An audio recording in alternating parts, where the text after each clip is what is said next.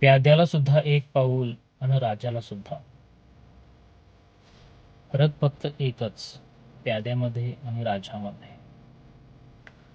ताबा नव्हता मनावर, प्यादा फक्त पुढे गेला. संयमी, मुरंबी, चतुर राजा मात्र सोयीप्रमाणे मारला. या सोयीप्रमाणे मागे येण्याच्या गुणानं राजा राजा झाला.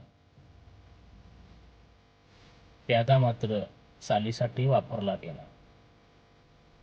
पट बुद्धिबळाचा असो किंवा राजकारणाचा. परिस्थिती बऱ्याचदा राजाला व प्याद्याला समान संधी देते. ज्याला अहंकार, गर्व सोडून पुढे जाता येतं तो राजा होतो, आणि ज्याला हे जमत नाही तो प्यादा प्यादाचा.